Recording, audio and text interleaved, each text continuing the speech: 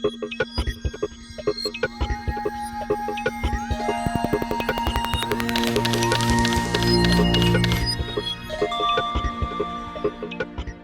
name is Doug Melton, and I'm the Thomas Dudley Cabot Professor of the Natural Sciences at Harvard University and the co-director of the Harvard Stem Cell Institute.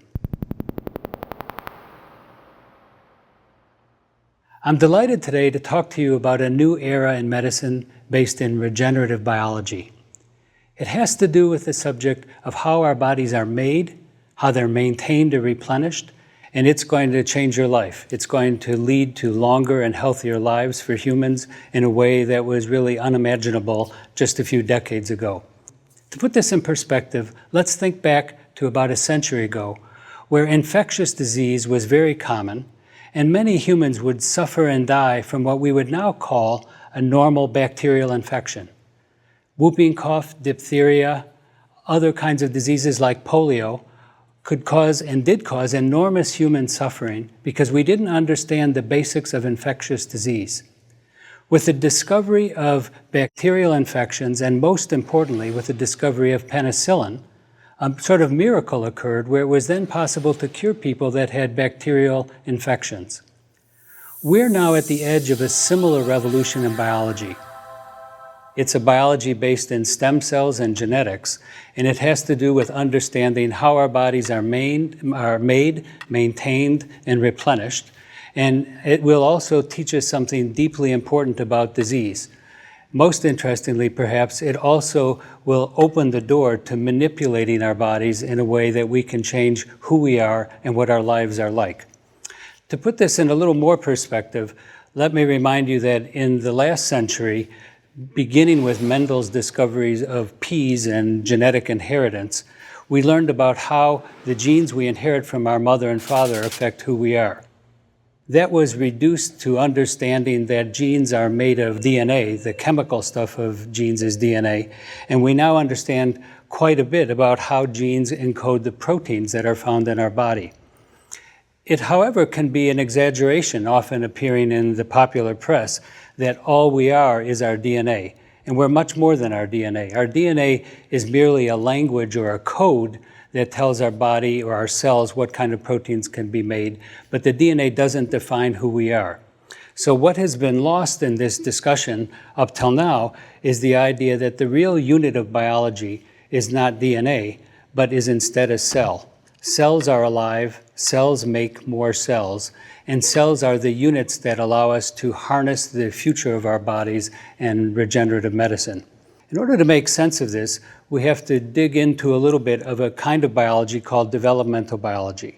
That's the biology, as shown here, that has to do with answering the question, how does an egg become a human being? How does an egg make a human body?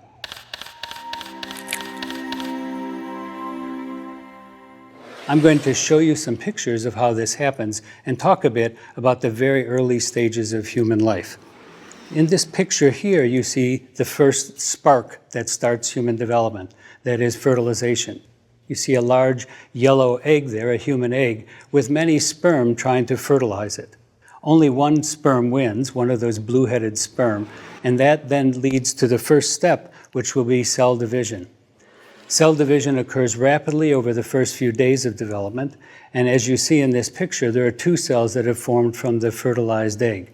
Development proceeds apace and forms an early stage of development called a blastocyst. The portion of this picture in the upper left is called the inner cell mass, and the few cells there out of the 100 cells at the blastocyst stage, it's those few cells in the upper left that will give rise to the human body.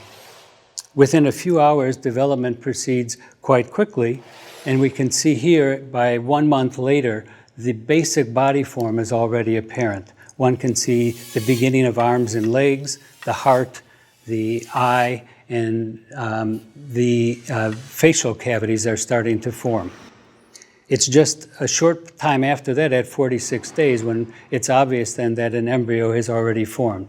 There's an arm and a leg, and you can see a kind of cavity at the top in this picture where the brain hasn't fully formed. Brain cells are being made, but they're not completely developed yet. Then by 70 days, you see something that's clearly human. not yet fully developed, but clearly human. For me, this is really one of the most mysterious and wondrous things about biology. How does that fertilized egg make this human in just 70 days? Now, it's not a human being yet, but it's clearly on its way to being a human. And I like to sort of contrast this with things that we're commonly amazed by in our life. Things like an iPod or a computer are not nearly as wondrous to me as how this fertilized egg made all of these body parts in just 70 days. Well, to look at that in a bit more detail, there are two aspects to human development. The first is obvious, is growth. Cells not only divide, but they have to increase in size, and that growth occurs inside the womb of the mother. But the second, and the one we'll focus on today, is a process called differentiation, where cells become different from one another. Here you see different cells of the early embryo will give rise to different kinds of cells in the adult. The blue cells are representing nerve, the red cells there in the middle are blood cells, and at the bottom is an organ, the pancreas, which makes insulin so that we can make use of our food. That process of differentiation proceeds until we make all of the different kinds of cells in the human body. It's estimated that there are about 350 different kinds of cells in the human body. And as you see then, the puzzle is, how do these cells arise from a single fertilized egg? In the last century, we've learned quite a bit about that. The first thing we know is that there are approximately 25,000 human genes, bits of DNA, that code for proteins that make up all of the proteins found in our cells. Now the puzzle then for a developmental biologist is to figure out, how do those 25,000 genes get mixed and matched to make all the different kinds of cells? We don't understand that in detail yet, but that's an exciting and an important problem for the next generation of biologists. How do you take 25,000 genes and make all the different cells in the body? I sometimes think an interesting analogy for that is, when you go to a Chinese restaurant, you can often see hundreds of dishes on the menu. But if you're in the kitchen, you might only find 10 or 12 different pots. It's the way things are mixed and matched that make the different meals. Similarly, it's the way our gene expression is mixed and matched at different times and amounts that makes all the different kinds of cells in our body.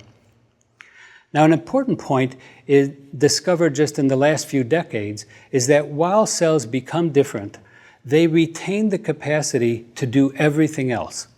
This is quite an amazing potential, and it was demonstrated or identified by an important experiment called cloning. Many of you will have heard about cloning, and I'm going to explain that to you in a bit of detail now, because it establishes the very important principle that all of the cells in our body have this enormous potential locked inside of them. This next picture then shows the result of the first cloned animal. You see 30 cloned adult frogs. These are genetically identical. It's as if they're twins many times over. They were prepared from a mating of the two albino or white frog. Those two, a male and a female frog, were mated to make an albino frog, and then nuclei were taken from that and injected into the egg of the donor that's a wild type or a normal frog. And that then gave rise, as I've said, to this cloned animal 30 times over. One could do this again and again and make many animals by this cloning procedure. Let's have a look in a little more detail with a cartoon of how that's actually done, because it's an important experiment showing how one can reveal the potential of all of the genes in our cells. In this little cartoon movie, you'll see a pipette come and remove the nucleus that contains all of the genes from the egg cell. So here comes the pipette removing the nucleus, leaving just the cytoplasm of the cell. The picture now shows taking the nucleus from a skin cell and injecting that into the egg cell. That sparks development. It goes on to proceed as shown in this cartoon, where the nucleus is now receiving signals from the cytoplasm as to which genes should be turned on and off. And development will proceed by cell division. It'll then give rise to the blastocyst stage that I mentioned earlier. And you see in this picture, the blue cells appear shortly. Those are the cells of the inner cell mass that will give rise to the whole embryo. So that's the cells, the blue cells there at the top.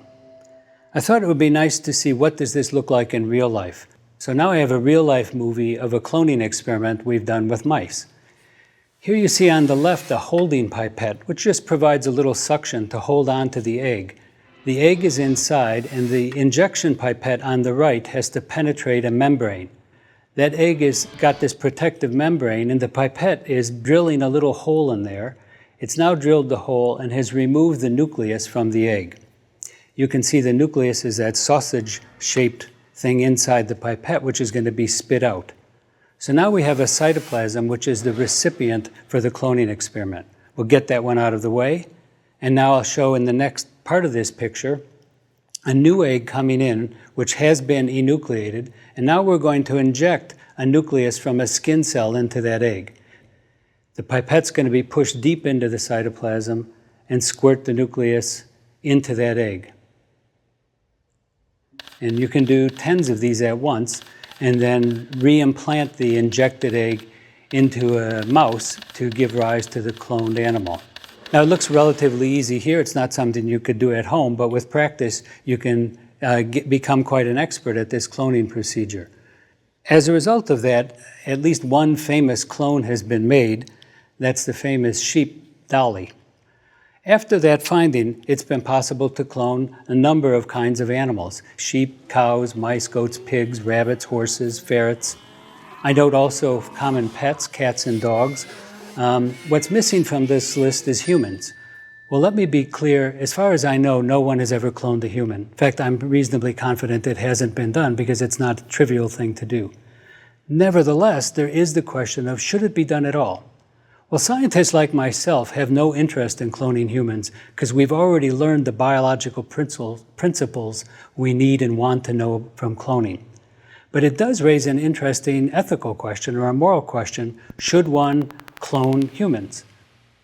Some arguments against this have been that it would be wrong to make genetically identical individuals. Well, that's sort of a silly argument because identical twins are genetically identical. It really has to do more with whether or not we have a right to control the genes and the phenotype of a human by creating an identical copy. And I think that's a moral, not a biological question.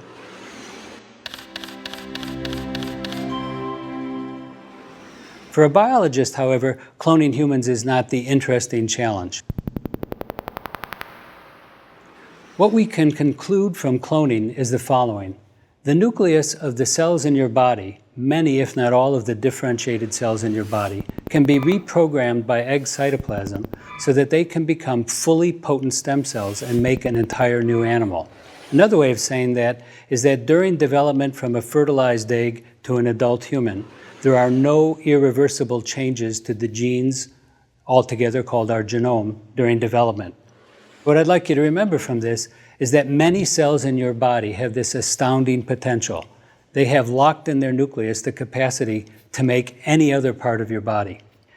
Regenerative medicine is all about harnessing that potential to make new cells and to treat and cure diseases.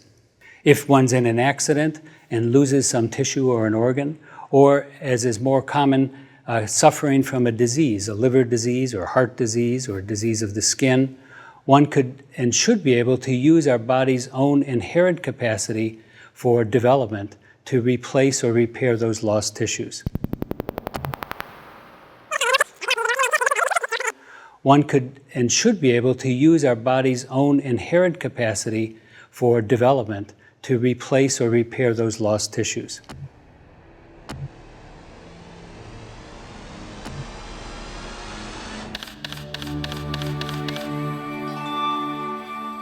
Now, our bodies, as you may know, have the capacity to do some replenishment on their own. Not all parts of our body, but some of them are constantly replenished. You probably know your skin turns over and is constantly renewed. When you got up this morning and looked in the mirror, you of course recognized yourself, but if you were looking at the level of individual skin cells on your face, you're looking at a completely new person, a person that wasn't there 3 months ago. And that's because our skin is sloughed off and new skin cells come back again and again. That's also true for our intestine, that is our gut. Our gut cells are sloughed off at a very rapid rate and are constantly being repaired and replaced. So our body has the capacity to renew and replenish some of our tissues, But clearly we don't have an obvious capacity for major organ replacement. If you were to lose part of your brain or to lose a limb, your body doesn't have the capacity to replenish or replace that. And yet I've told you that our cells have all that information inside. We want to therefore understand really this process of regeneration. Why is it that the liver can regenerate and other tissues don't? Now, as I've indicated, and as you know, we as humans aren't very good at regeneration. But there is one vertebrate, one animal with a backbone, which is extremely good at regeneration. It's what I would call the king of regeneration, an expert. And these are salamanders, common salamanders found in ponds all across the United States. These animals can do an enormous feat of regeneration. They can regenerate their tail, they can regenerate their limbs, their lower jaw, and some of their internal organs. And I thought I'd show you a movie here, a cartoon of what we know about this and how it works. So in this picture here, you're going to see a cartoon of the normal process of regeneration sped up by time-lapse photography. So here a limb had been amputated, and you see taking pictures every few days, a new limb growing back. Now a cartoon of what this looks like is shown here. And if you're a little queasy, you can avert your eyes when a little scissor comes into this cartoon. What we're going to do is cut off the limb. Here comes our scissors to remove it. That leads to a little bit of bleeding. The bleeding stops. That's the worst part. And now a special skin called a wound epidermis grows over the stump. And now inside, a quite amazing process takes place. You can see here the bone in white and the muscle in red is starting to be changed to de-differentiate, to become unspecialized, and create a mound of cells that will then go on to grow and recapitulate or reproduce the normal process of development. That takes a couple months' time. New cartilage and bone forms. There's a new radius and ulna and all the carpals and the digits of the hand. So now our happy little salamander has his limb back, and he's ready to go back and swim in the pond. In real life, the time-lapse pictures shown here in still form show that if one cuts through the upper arm, through the radius and ulna, or cuts here through the humerus, one can see that in both cases, by 70 days, the animal has regenerated its entire limbs.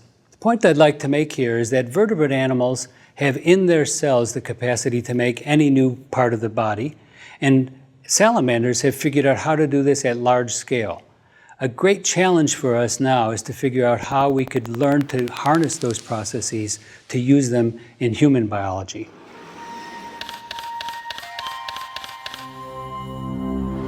I've already mentioned that cells in your body are not static, that they turn over.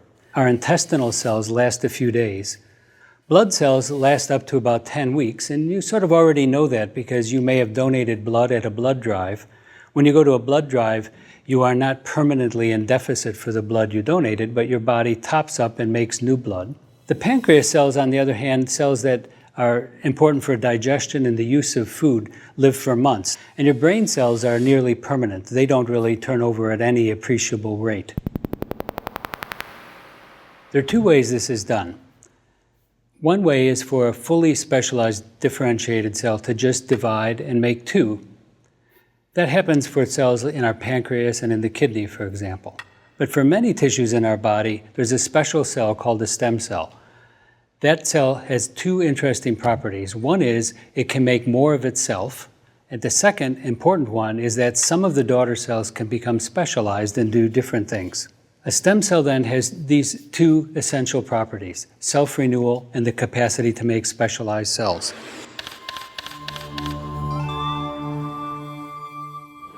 I want to focus a bit on this first one of self-renewal. I've been talking about how we renew our bodies. Well, the stem cell does that on its own. That is, one cell can make more of itself. If we can understand how a stem cell makes more of itself, that should deeply inform our thinking about how we could renew not only a cell, but tissues and organs. So we're very keen to understand this process of self-renewal. A second thing a stem cell can do is to make specialized or differentiated cells. Probably the best known of these is a bone marrow stem cell, a blood stem cell, which is given to cancer victims. And this cell makes all of the tissues of the blood. Now, among stem cells, there's my favorite one, the one that has truly special abilities, and that's called an embryonic stem cell.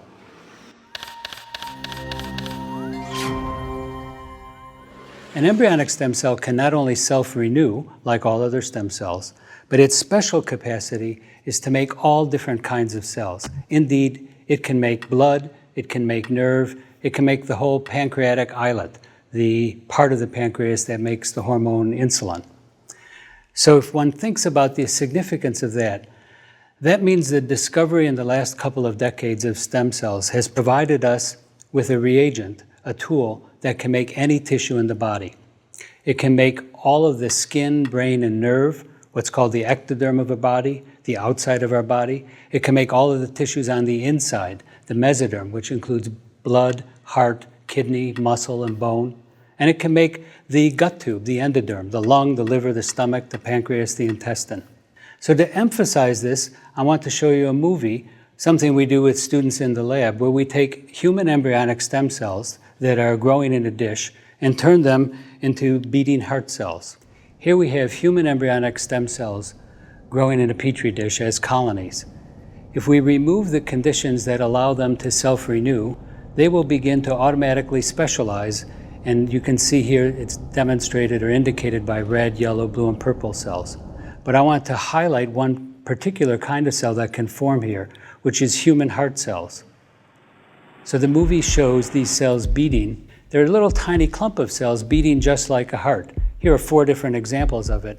It might remind you of Edgar Allan Poe's story, The Telltale Heart, where he couldn't stop the heart from beating under the floorboards. Here, once we take these human ES cells, as we call them, in a dish, making heart cells, they'll beat forever and ever.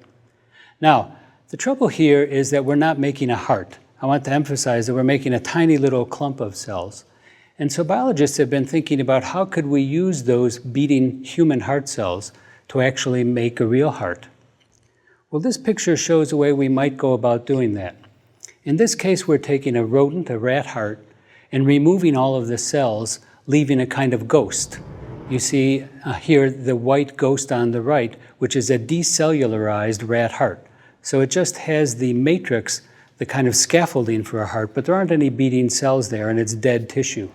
We can seed that scaffold with human or mouse embryonic stem cells that have been turned into heart progenitors, and they will go on then to form a beating heart. Here you see this heart pumping away, which has heart cells that are made from embryonic stem cells. That's the sort of beginning of a field called bioengineering, where we're thinking about how we would make organs and then eventually, of course, transplant them into people.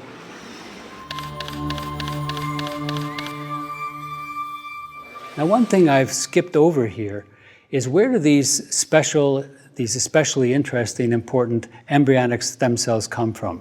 Where do we get human embryonic stem cells? Those are derived from a sort of complicated procedure making use of material from in vitro fertilization clinics. So as you probably know, some couples who want to have a baby are unable to do so by what we would call natural means.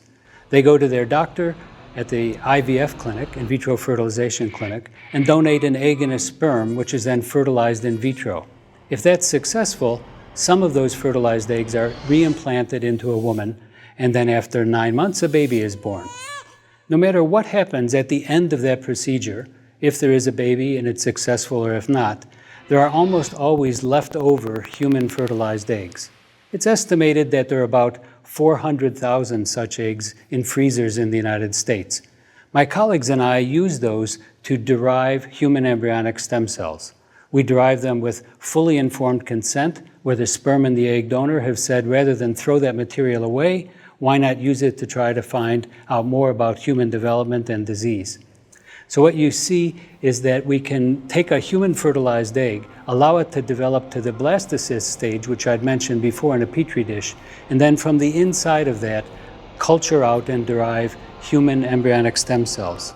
The inner cell mass of these cultured blastocysts is removed and put in a petri dish, and then after some weeks of growing, we can isolate human embryonic stem cell colonies from it.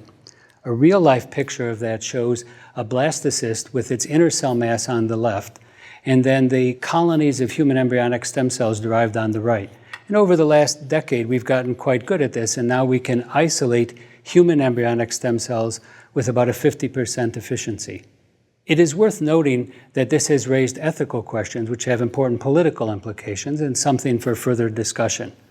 Nonetheless, I believe that it's perfectly justified, in fact, it's something we should certainly do, to try to alleviate human suffering by making use of this material which would otherwise be thrown away to try to find treatments and cures for human disease. I'm glad to say that in recent years, there's been another possibility of creating a human stem cell, what we call a pluripotent stem cell, which has many, but not exactly all of the properties of the human embryonic stem cell. And this one doesn't have the ethical complications of beginning with a human fertilized egg. This method is to take a portion of skin, a skin biopsy, and then to add DNA or RNA genes that encode reprogramming factors to these skin cells.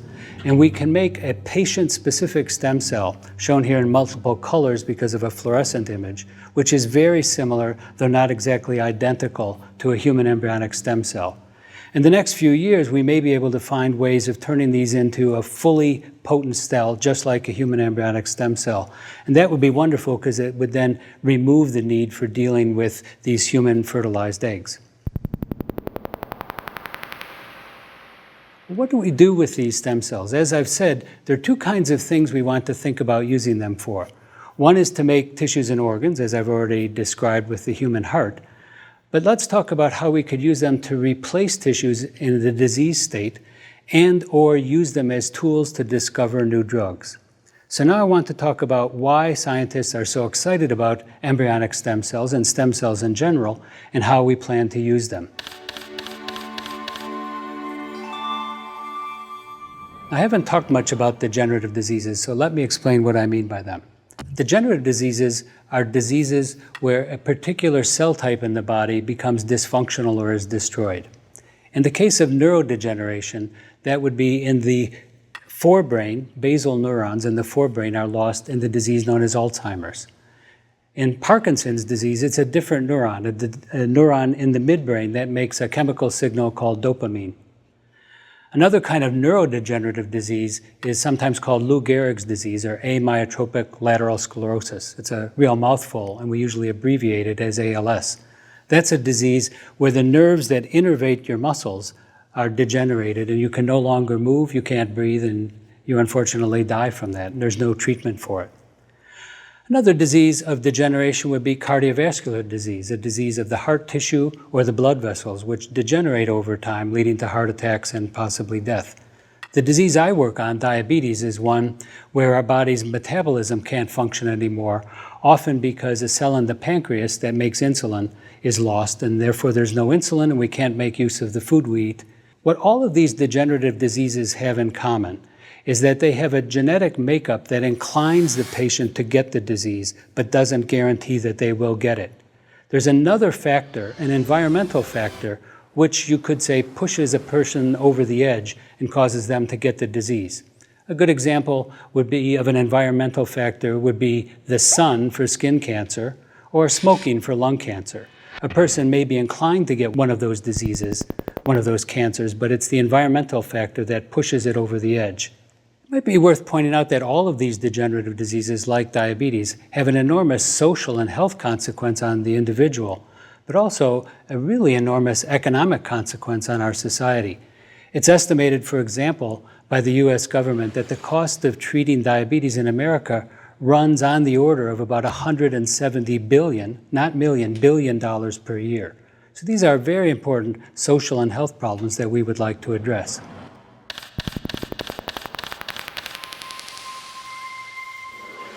I'd like to talk then about how we can treat these diseases with stem cells by focusing on the fact that in each of these cases, a single kind of cell is lost. In the case of diabetes, the cell which is lost is a cell in the pancreas called the beta cell, which makes insulin. There are two types of diabetes. There's adult onset, usually related to obesity, where people don't initially use their insulin-producing cells, but about 10% of that population eventually loses them and becomes insulin dependent. The type of diabetes that I work on is called juvenile or type 1 diabetes, which is an autoimmune disease where the body's own immune system wrongly identifies its own cells, its own pancreatic beta cells, and kills them off, leaving the patient without the ability to make insulin and therefore requiring regular insulin injections. Well, if the cells in the pancreas are lost, that would look something like this. The blue cells here are cells that have been stained with an antibody for insulin. So they're the cells in your body that make the hormone insulin. Every human has about 800,000 to 1 million of these little spheres, these islets, which contain the insulin-producing cells within them. In a type 1 diabetic, as I've said, the body attacks those blue cells and eliminates them. In this picture here, you see that the blue cells are gone, there are no insulin-producing cells, and the patient is now entirely dependent on daily blood glucose checks and insulin injections. The way this can be treated now, which doesn't work for large numbers of people but has been demonstrated to work, is that human islets can be isolated from cadavers. It usually takes 2 cadavers to prepare enough islets. Those shown here in red are the insulin-producing cells, and they can be transplanted into a diabetic, and that can make that person independent of insulin injections for many years. What we'd like to do then is to make islet cells, that is the pancreatic insulin-producing beta cells, from human embryonic stem cells. The way we go about doing that is to first understand how beta cells are normally made, and then we try to recapitulate or reproduce that using human embryonic stem cells. We then first have to instruct it, to tell it to become part of the gut tube, the endoderm. It needs other instructions to tell it to become part of the pancreas. Within the pancreas, it has to become endocrine, a hormone-producing cell. And then finally, we have to reach our target of the human beta cell. We're not there yet, but I'm confident that we're going to be able to make bucket loads of these beta cells in the next few years. And as I've indicated before, this is just one application for human embryonic stem cells. If we go back to look at the list of these degenerative diseases, many investigators are working on how to make midbrain neurons to treat Parkinson's patients, motor neurons for ALS, cardiac muscle cells I've already shown, and I just mentioned pancreatic beta cells for type 1 diabetes. So one big grand goal of the use of human embryonic stem cells is to make cells which are deficient in disease and use those for transplantation. In the next few years, I predict we'll be able to see major advances in that for treatment of diabetes and some neurodegenerative diseases. There is, however, another completely independent or parallel path where stem cells are used not as products to put into people, but are used as tools for drug discovery. So drugs, of course, are small molecules or chemicals that you take to change your body's phenotype, your body's activity. I'd like to describe an example where quite a lot of progress has been made in studying one of the neurodegenerative diseases, one in which motor neurons are lost. The idea for this experiment is to take embryonic stem cells from a patient that suffers from Lou Gehrig's disease, ALS, or a similar disease called spinal muscular atrophy, in both cases where motor neurons are lost. Turn those cells into motor neurons, and then have a control or a similar cell from a patient that doesn't have the disease, from a volunteer, what we call control embryonic stem cells.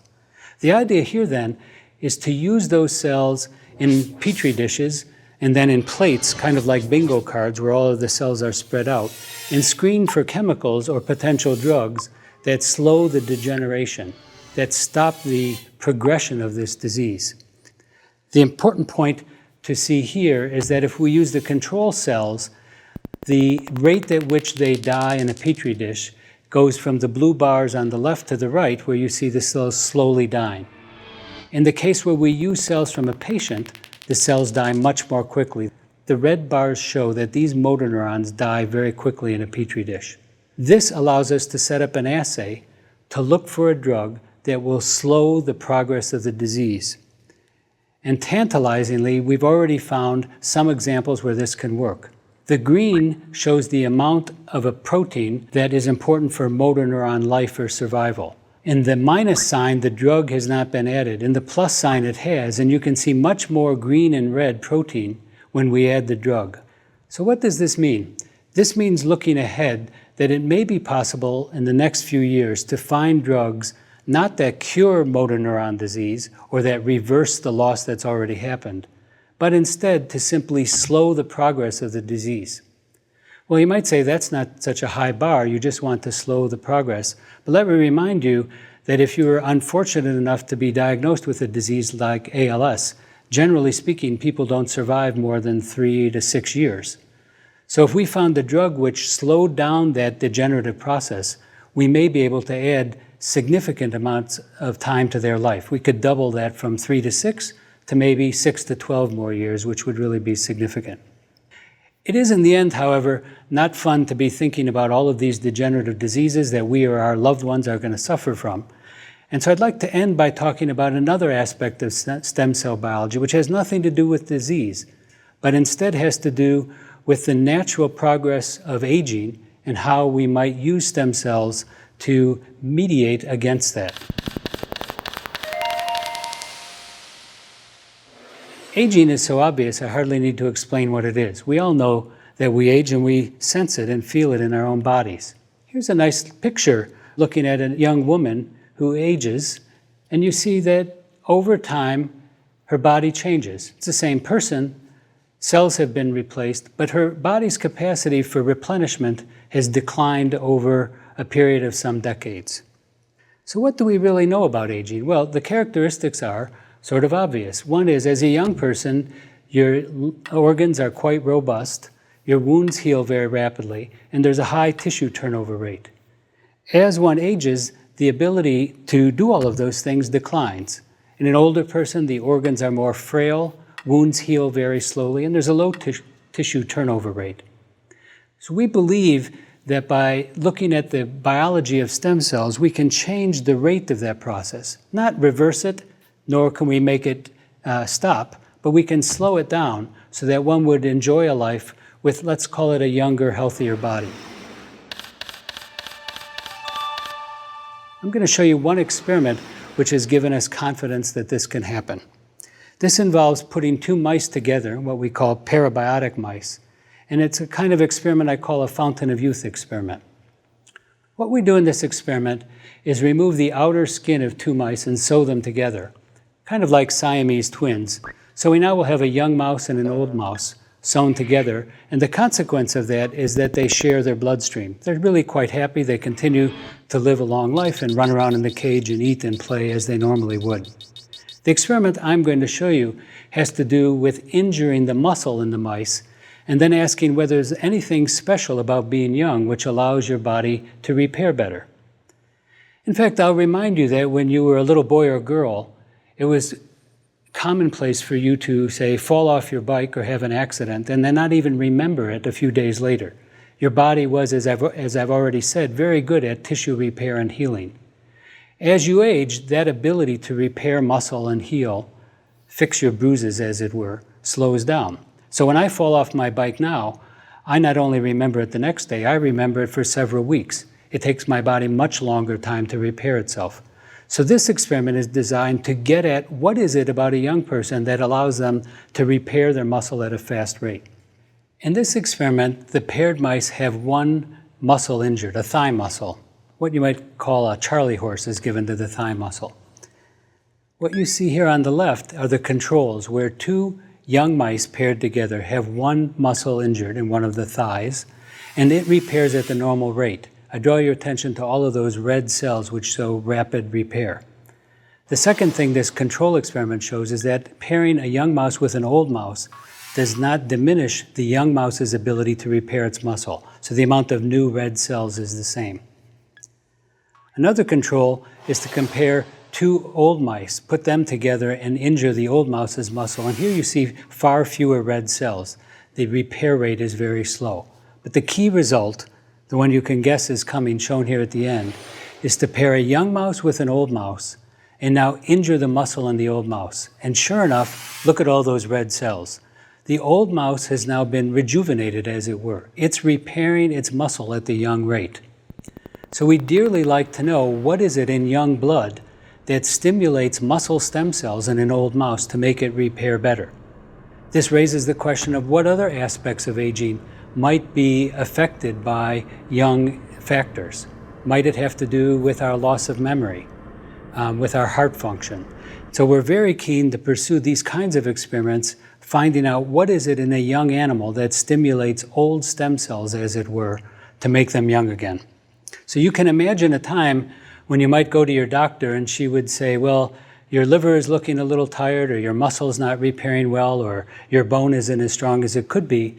But don't worry, we have some stem cells that we've taken from you when you were a bit younger. We're going to put those in, top you up, and you're going to be good as new. I don't think anyone who's alive today could live forever. I don't see immortality as a goal of this research, but it clearly is a theoretical outcome. I don't myself find it a very interesting idea. I wouldn't want to live forever. I've enjoyed all the phases of life. I don't think anyone presently alive will live forever, but I do think this is the biology, this is the science that can lead to the possibility that we could make animals immortal. So to summarize what I've talked about today, it's what I see as a new era of medicine based in regenerative biology. It starts from the amazing fact that all of the cells in your body have this potential to make other kinds of cells. This has led to the discovery of human embryonic stem cells and other stem cells, which we'd now like to use to replace tissue and body parts and use to understand the root causes of disease. I think you'll see soon that that will also lead to the possibility of a healthier life, what I'd call healthy aging, where we're not trying to fix you because you've had some disease or injury, but rather just replenish your body to maintain its young and vibrant state. This will inevitably lead to changing our bodies in a way that was previously unimaginable.